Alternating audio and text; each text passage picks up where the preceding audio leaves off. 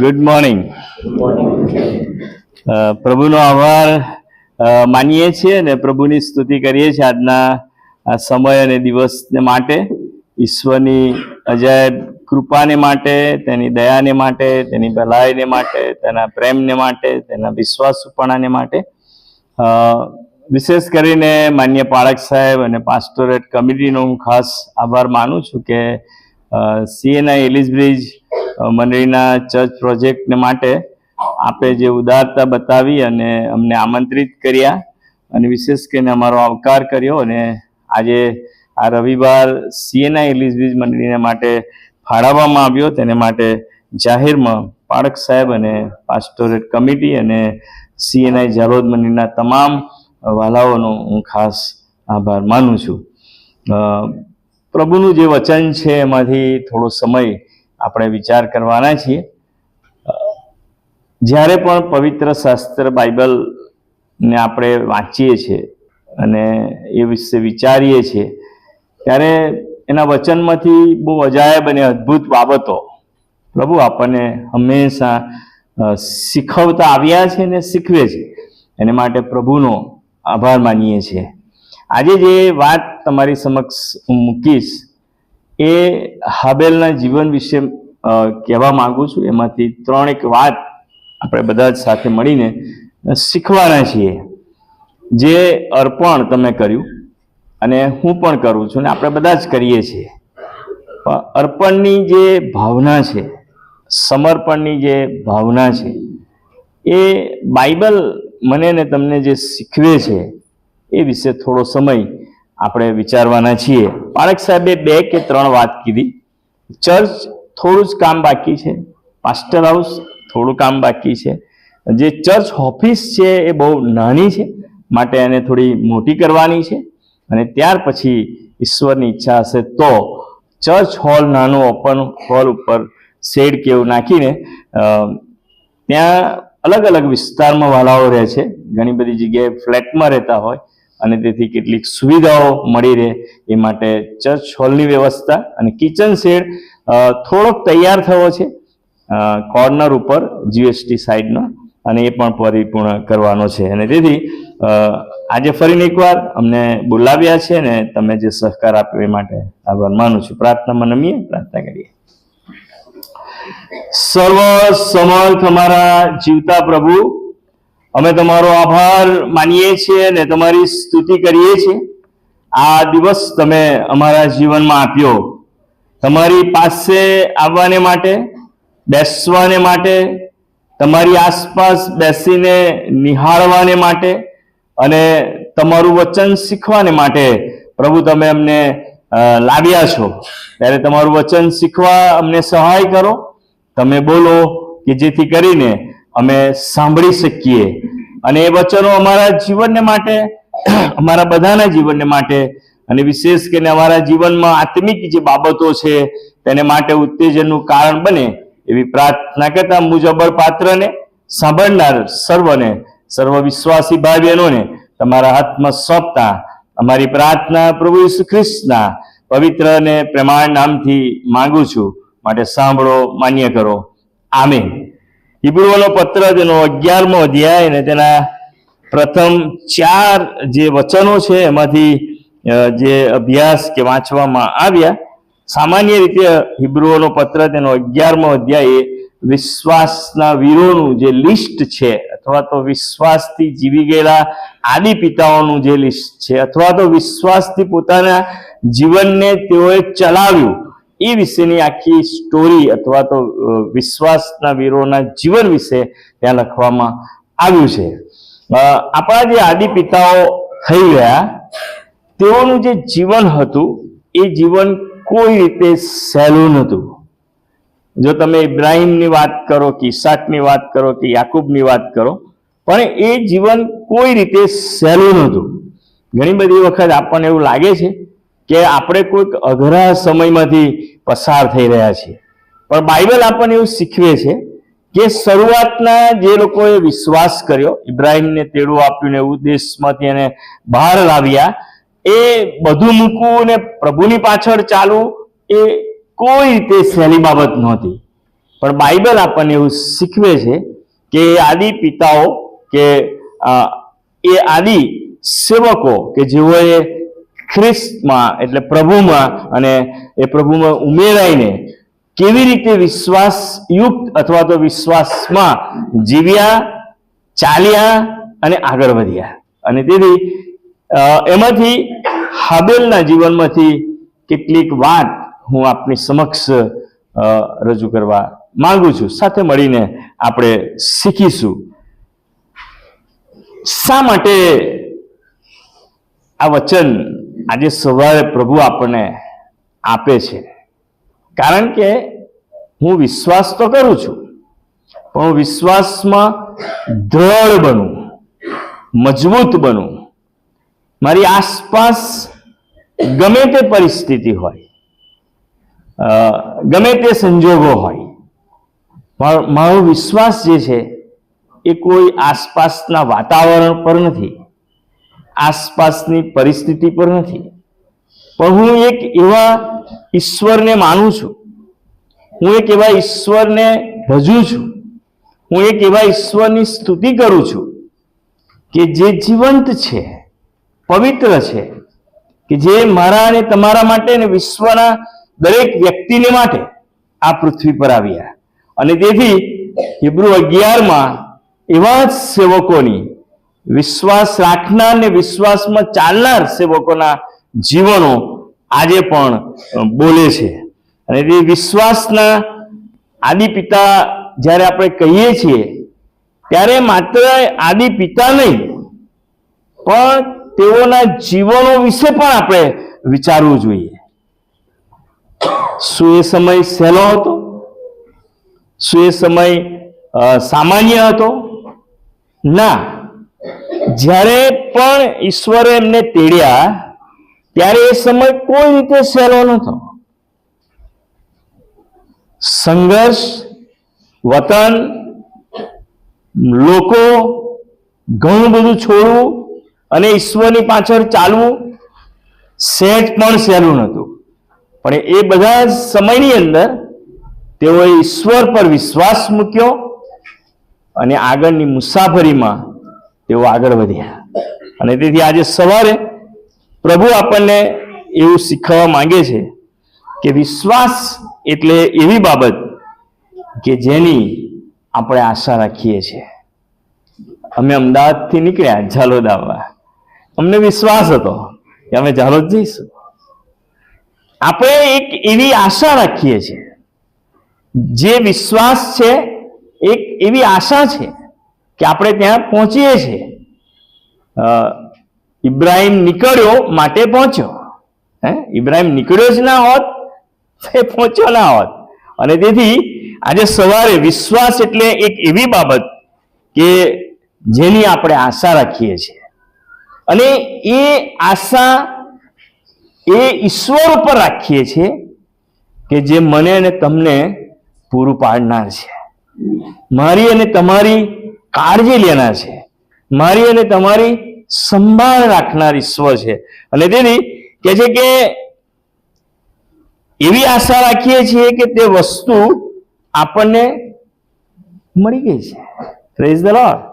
કેટલી બધી વખતે આપણે એવું માનીએ છીએ કે શક્ય નથી, પણ જો તમે મારો જન્મ થયો, આપણો જન્મ થયો ત્યારથી વિચારીએ તો ઈશ્વરે અજાયબ અને અદ્ભુત રીતે આપણા સંબંધમાં જે કર્યું છે ને એ આપણે કદી અપેક્ષા રાખી નથી, કદી નહીં. પણ આપણા સંબંધમાં ઈશ્વરે એ વિશ્વાસને ફૂલફિલ કર્યો. કદાચ હું વિશ્વાસ ના રાખી શક્યો અથવા હું નબળો જાહેર થયો, પણ બાઇબલ એવું કહે છે કે ઈશ્વર હંમેશા વિશ્વાસુ રહ્યા. આપણે વિશ્વાસમાં ડગી ગયા, પણ એ ઈશ્વર કે જે ઈશ્વરે ની પાછળ હું ને તમે ચાલ્યા, એ વિશ્વાસને ઈશ્વરે વાસ્તવિક રીતે પરિપૂર્ણ કર્યો. અને તેથી વિશ્વાસી જીવન એ આશા રાખનાર જીવન છે. વિશ્વાસી જીવન એ અદ્રશ્ય જે બાબતો છે, આજે હું અને તમે પૃથ્વી પરના જીવનની અંદર તો વિશ્વાસથી જીવીએ છીએ, પણ આપણને ભવિષ્યની પણ આશા છે. આપણને ભવિષ્યની પણ આશા છે. અને તેથી એ અદ્રશ્ય જે બાબતો છે, એ અદ્રશ્ય બાબતોના જે આશીર્વાદો મારા અને તમારા માટે જે નિશ્ચિત કરેલા છે, એ ચોક્કસ મળવાના છે.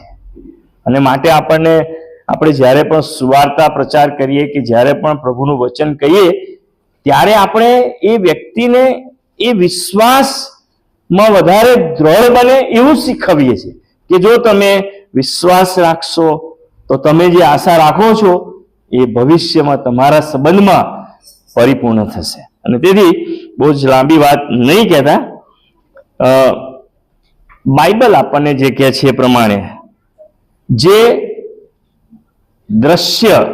અદ્રશ્ય છે તે દ્રશ્યમાન રીતે મારા અને તમારા જીવનમાં પરિપૂર્ણ થાય એ આશા છે, એ વિશ્વાસ છે, જેને મેં તમે કદી નિહાળ્યું નથી, પણ પ્રભુ મને ને તમને એમાં આગળ લઈ જાય છે, આગળ વધારે છે. અને તેથી પવિત્ર શાસ્ત્ર જણાવે છે કે દેવે કહ્યું અને થયું. ઈશ્વરે કહ્યું લાજરસ બહાર આવ, થયું.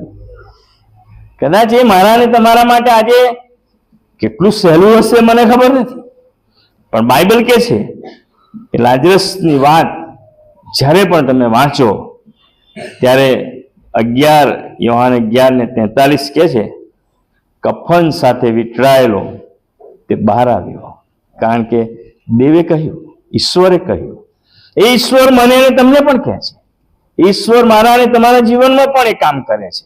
અને તેથી બાઇબલ કહે છે કે વિશ્વાસ કરશે તો તું દેવનો મહિમા જોશે.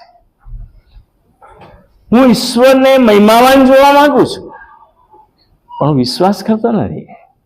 અને તેથી આજે સવારે પ્રભુ મને ને તમને કહે છે, ઉત્પત્તિનું પુસ્તક તેનો 1લો અધ્યાય ને તેની 3જી કલમ, ત્યાં પ્રમાણે લખવામાં આવ્યું છે કે અને દેવે કહ્યું કે અજવાળું થાઓ, અને અજવાળું થયું. એ જ ઈશ્વર, એ જ પ્રભુ મારા અને તમારા જીવનમાં આ જ કામ કરવા માંગે છે. પ્રભુ ઈસુ ખ્રિસ્તે જ્યારે શિષ્યોને તેડું આપ્યું ત્યારે એમણે એક જ શબ્દનો ઉપયોગ કર્યો, ફોલો મી, મારી પાછળ ચાલો. અને ચાલ્યા. એમણે એવું નતું કીધું કે તમે બધું લઈને ખાલી ફોલો મી, મારી પાછળ ચાલો. અને તેથી વાલા ભાઈઓ અને બહેનો, જીવતા ઈશ્વર ઉપર જ્યારે હું અને તમે વિશ્વાસ રાખીએ છીએ ત્યારે પ્રભુ એ અદ્રશ્ય બાબતોને દ્રશ્યમાન રીતે, વાસ્તવિક રીતે મારા અને તમારા જીવનમાં પૂરી કરે છે. ટૂંકમાં 3 વાત કહીશ. હાબેલે સાચું અર્પણ કર્યું. હવે આ સાચું શબ્દ છે ને એ જ અઘરો છે, અને માટે બાઇબલ કહે છે કે જેઓ ભજે છે તેઓએ આત્માથી તથા સત્યતાથી દેવનું ભજન કરવું જોઈએ. બહુ સીધી વાત છે. અને તેથી હાબેલે સાચું અર્પણ કર્યું.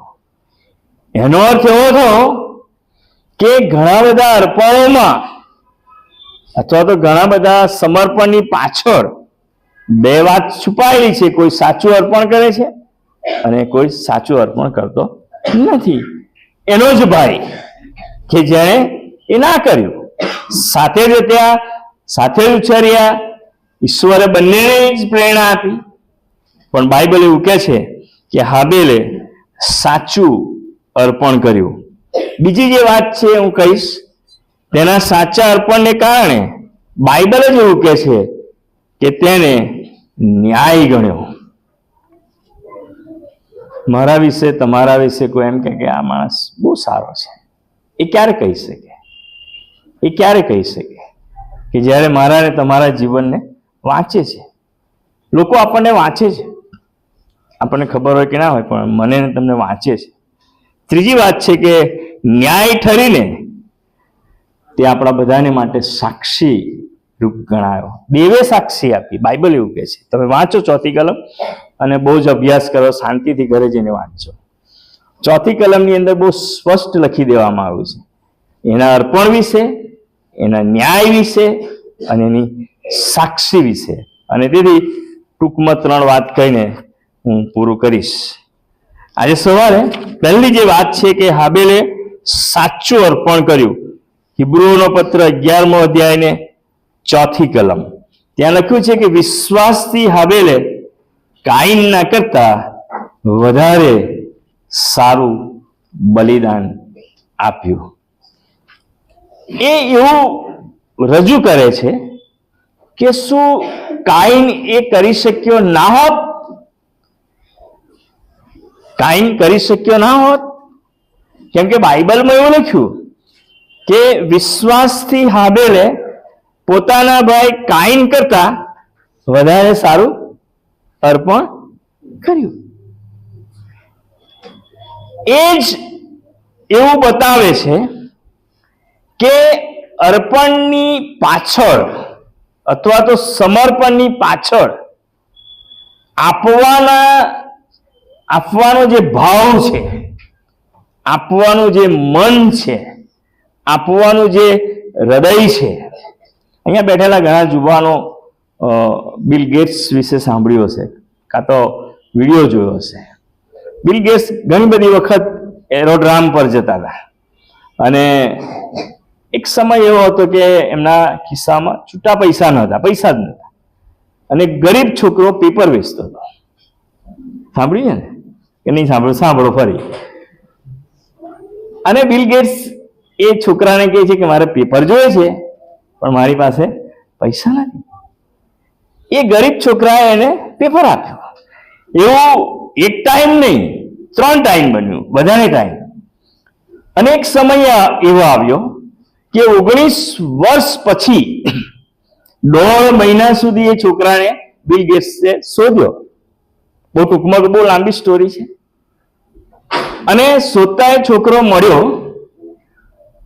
પણ એ પહેલા બિલ ગેટ્સને એક માણસે એવું પૂછ્યું કે આખા વિશ્વમાં તમારા કરતા કોઈ ધનવાન વ્યક્તિ છે?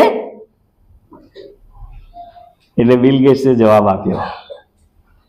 કેવી રીતે જવાબ આપ્યો? કે જ્યારે 1.5 મહિના પછી આ છોકરો મળ્યો, એ તો પેપર જ વેચતો હતો.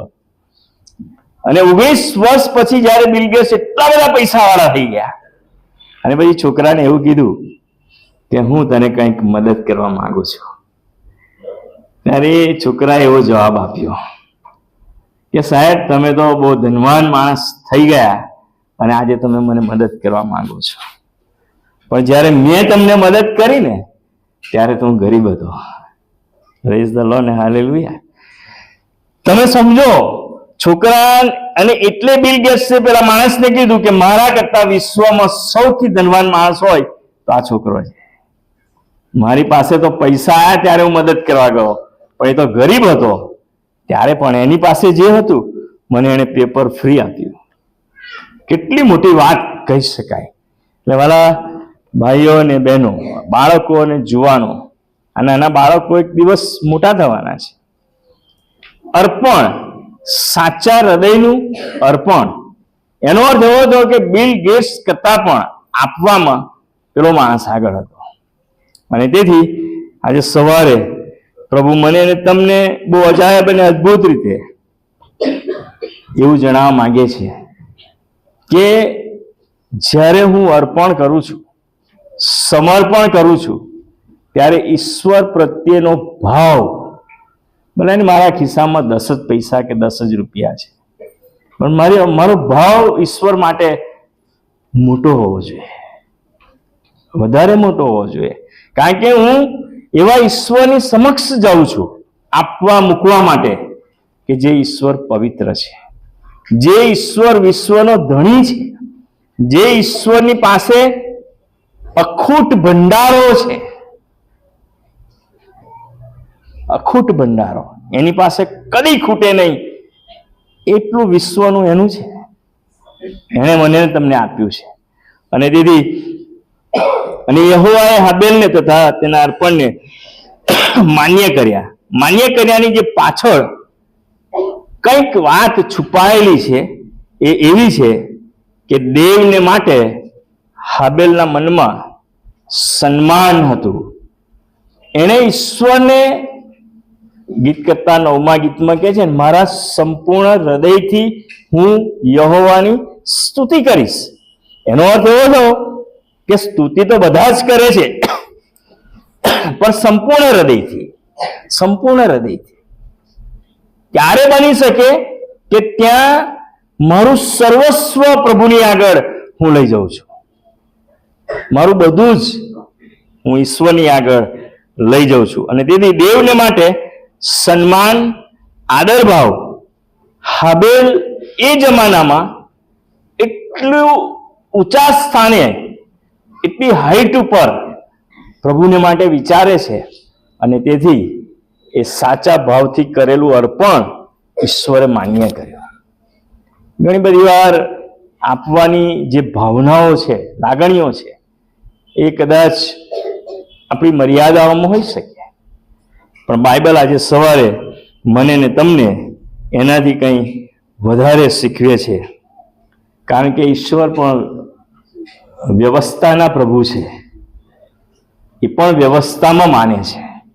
અને તેથી માલાખી 1:6 કહે છે, પુત્ર પોતાના પિતાને અને ચાકર પોતાના ધણીને માન આપે છે. ત્યારે જો હું પિતા હોઉં તો મારું સન્માન ક્યાં છે? મારું સન્માન ક્યાં છે? હું કદી ઈશ્વર જે મને આપે છે એટલું એને પાછું આપી શકતો નથી.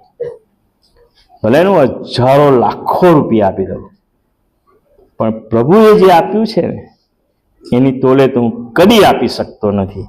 અને તેથી હાબેલ પોતાના ઘેટામાંથી પહેલા જન્મેલા તથા પુષ્ટ લાવ્યો, જ્યારે કાઈન ભૂમિમાંથી ફળમાંથી કંઈક લાવ્યો. એનો અર્થ એવો થયો કે જે ભાવના હતી, લાગણી હતી, પ્રેમ હતો, માન હતું, સન્માન હતું ઈશ્વર પ્રત્યે, એ હાબેલનું ઊંચું હતું. અર્પણ કરવું છે એ અગત્યનું નથી, પણ આપવાનું જે માન છે, ઈશ્વર માટે સન્માન છે, આદર છે, એ ઊંચા હોવા જોઈએ. અને તેથી બાઇબલ કહે છે કે હાબેલ ઈશ્વર પરનો એટલો મોટો વિશ્વાસ જાહેર કરે છે, એટલો મોટો કે જેને માન્ય કરવામાં આવ્યું. ભલા ભાઈઓ અને બહેનો, કેટલી બધી વાર માણસો વ્યર્થ પ્રયત્ન કરે છે. હું આ કરી નાખું, કદાચ ઇન્ક્લુડિંગ માય સેલ્ફ, પણ આપણે કંઈ કરી શકતા નથી. ઈશ્વર જે કરે છે, ઈશ્વર પર જે વિશ્વાસ આપણે મૂક્યો છે, અને એ વિશ્વાસના સંદર્ભમાં મારા ને તમારા માટે જે કરે છે એ તો બહુ ઓછું છે. અને તેથી ઈશ્વરે જે કર્યું છે એ વધારે છે, અને હું ઈશ્વરને માટે કરું છું એ કદાચ એ તોલે આપણે જઈ શકતા નથી. કે છે કે હાબેલે વિશ્વાસ દ્વારા કૃપાથી તારણનો સિદ્ધાંત રજૂ કર્યો. બાઇબલ એવું કહે છે કે વિશ્વાસથી જે તારણ છે એ તારણના સિદ્ધાંતને હાબેલે રજૂ કર્યો. કે જે આપણે પૂરા મનથી, હૃદયથી આપીએ, પ્રભુ કદી ખૂટવા દેશે નહીં. ઈશ્વરને આપીને કોઈ કદી ગરીબ બન્યું નથી. આ મારું સ્ટેટમેન્ટ છે એ બહુ સાચું છે. અને તેથી પૂરા હૃદયથી આપીએ, પ્રભુ કદી ખૂટવા દેશે નહીં. વિધવાની જેમ સાચા અર્પણની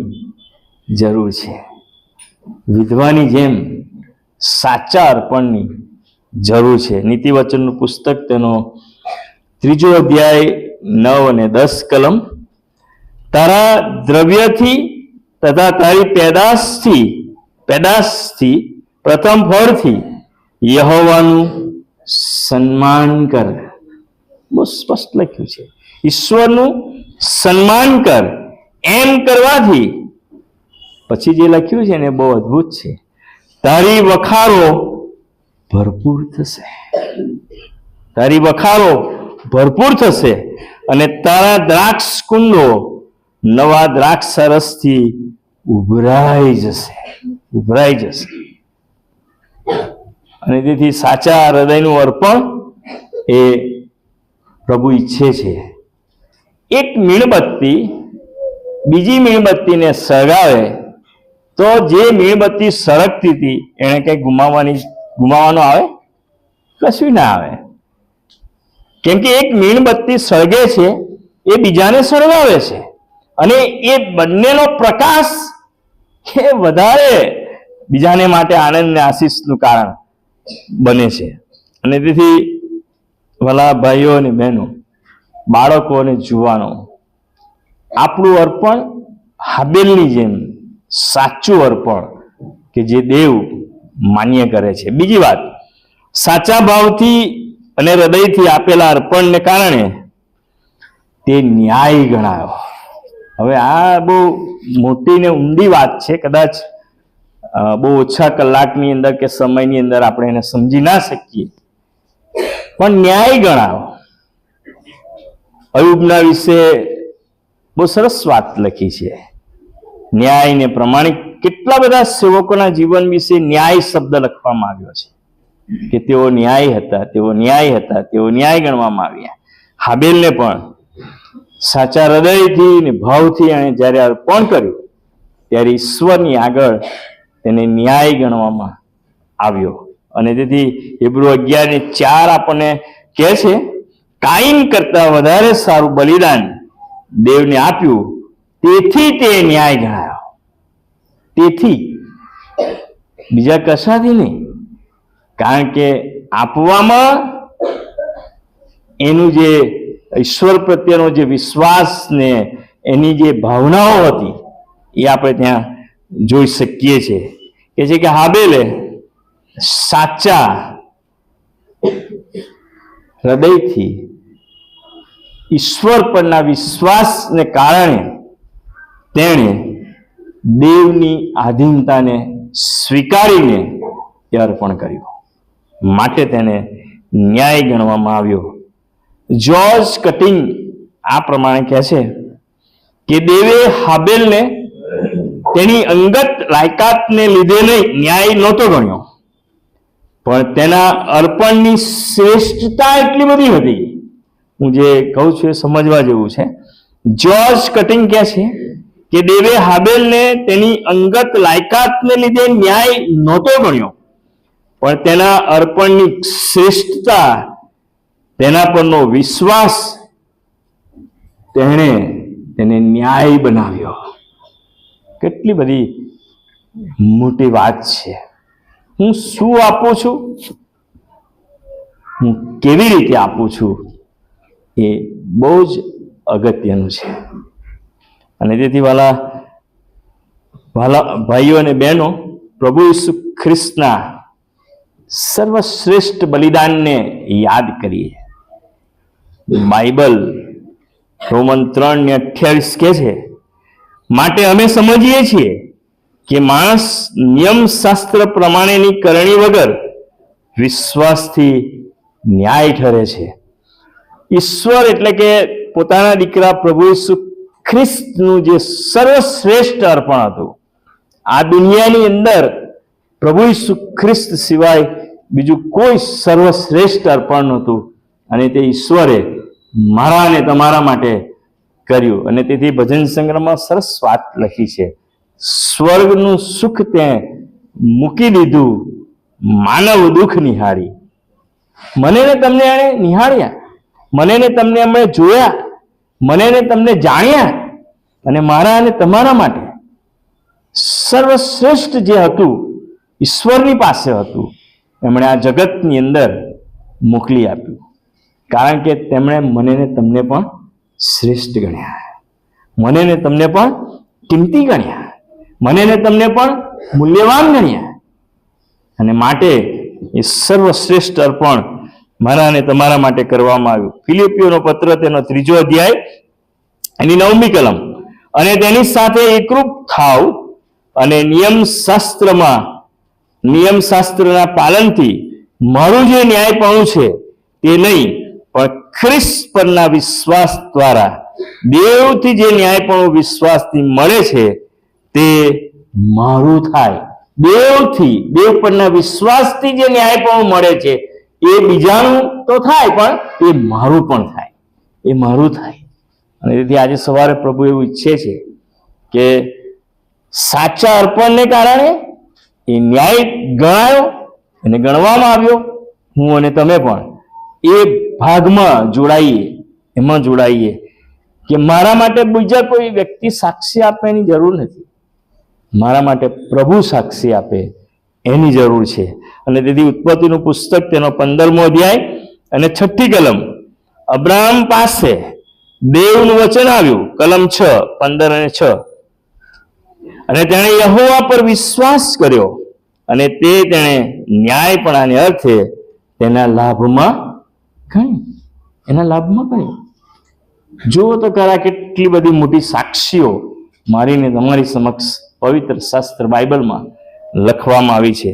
રોમન 1 અને 17 કહે છે, ન્યાય વિશ્વાસથી જીવશે.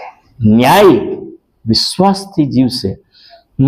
મારા કોઠારમાં કેટલું છે એ અગત્યનું નથી, પણ ઈશ્વર સંબંધમાં હું ન્યાય છું કે કેમ, મારા અર્પણના સંબંધમાં હું ન્યાય છું કે કેમ, એ પ્રભુ મારીને તમારી પાસે માંગે છે. હાબેલ સાચા અર્પણથી ન્યાય ગણાયો. ત્રીજી અને છેલ્લી વાત, હાબેલ ના વિશે 11 અને 4 હું વાંચું છું.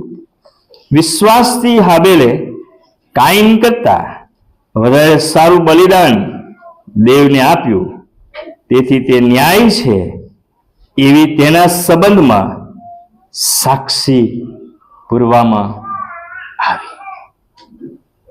બાઇબલ એવું કહે છે કે એના સંબંધી એવી તેના સંબંધમાં સાક્ષી પૂરવામાં આવી. કર્નેલિયસ તો વિદેશી હતો, પણ ઈશ્વરે એની નોંધ લીધી કે તારા દાન માન્ય કરવામાં આવ્યા છે. આજે સવારે આપણે બહુ વર્ષોથી પ્રભુ પર વિશ્વાસ કરીએ છીએ, જીવીએ છીએ.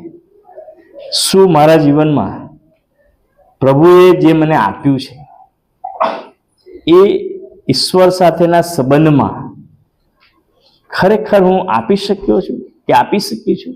અને તેથી કહે છે કે, ફરી વાંચું છું, વિશ્વાસથી હાબેલે કાઈનના કરતા વધારે સારું બલિદાન દેવને આપ્યું, તેથી તે ન્યાય છે એવી તેના સંબંધમાં સાક્ષી પૂરવામાં આવી, કેમ કે દેવે તેના દાનો સંબંધી સાક્ષી આપી, અને તેથી તે મુયેલો હોવા છતાં પણ હજી ક્રિસ્ટોફરભાઈ બોલે છે. એ તો મરી ગયો પણ બોલે છે, બોલે છે. બાળકો અંડરલાઈન કરો તમારા બાઇબલમાં છે, એ બોલે છે. એનો અર્થ એવો થયો કે એને કેટલું અદ્ભુત અર્પણ કર્યું, ઈશ્વરને કેટલું અજાયબ રીતે અર્પણ કર્યું કે મુવા છતાં પણ બોલે છે, બોલે છે. અને તેથી હિબ્રુ 11:4 મને તમને આજે સવારે મારી મેઇન પોઈન્ટ જે આધાર વાક્ય છે, હિબ્રુ 11:4, સાચું અર્પણ, અર્પણના કારણે ન્યાય ગણવામાં આવ્યો, અને દેવે એના સંબંધી સાક્ષી આપી. અને તેથી પ્રેરિતોના કૃત્ય 10મો અધ્યાયની તેની 4થી કલમ, કર્નેલિયસ સંબંધમાં પણ એવું જણાવવામાં આવ્યું છે કે તારી પ્રાર્થનાઓ તથા તારા દાન દેવની આગળ, પછી લખ્યું છે, યાદગીરીને સારું પહોંચ્યા છે, યાદગીરીને સારું પહોંચ્યા છે. આજે આપણે એ બાબતનો વિચાર કરવાની જરૂર છે કે આપણે, મેં હમણાં 2 કે 3 રવિવાર પહેલા એલિઝબ્રિજ ચર્ચમાં કીધેલું કે આપણે શું લઈને આવ્યા છીએ, શું લઈને આવ્યા છીએ. પ્રભુ મારી પાસે શું માંગે છે, હું શું અર્પણ કરું? ગીત તો અર્પણ કરું શું તને ગઈએ છે, પણ ખરેખર શું અર્પણ કરીએ? પ્રભુ મારી પાસે શું માંગે છે? અને તેથી ફિલિપી 4:14-20 કોઈ વાંચો મારા માટે, પછી બંધ કરીએ આપણે.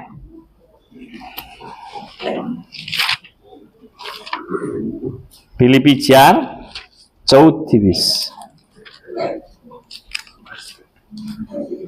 બહુ સુંદર વાત લખી છે. ઓ પણ તમે મારા સંકટમાં ભાગ્યા થયા, એ સારું કર્યું. અને ઓ ફિલિપીઓ, તમે પોતે જાણો છો કે સુવાર્તા પ્રસારના આરંભમાં જ્યારે હું મકદોનિયામાંથી નીકળ્યો, ત્યારે આપવા લેવાની બાબતમાં એકલા તમારા વિના બીજી કોઈ મંડળીએ ભાગ લીધો ન હતો. કેમ કે થેસાલોનિકામાં પણ અનેક વાર મારે જે જોઈતું હતું તે તમે મોકલી આપ્યું હતું. હું કઈ દાન માંગુ છું એમ નહીં, પણ તમારા લાભમાં ઘણું ફળ થાય એ માંગુ છું. મારી પાસે સર્વવાના છે ને તે વળી પુષ્કળ છે. એ પાપ પ્રવૃત્તિ 10ની સાથે મોકલેલા તમારા દાનથી હું ભરપૂર છું. તે તો સુગંધીદાર ધૂપ માન્ય અર્પણ છે, અને તે ઈશ્વરને પ્રિય છે. મારા ઈશ્વર પોતાના મહિમાની સંપત પ્રમાણે તમારી સર્વ ગરજ ખ્રિસ્ત ઈસુમાં પૂરી પાડશે.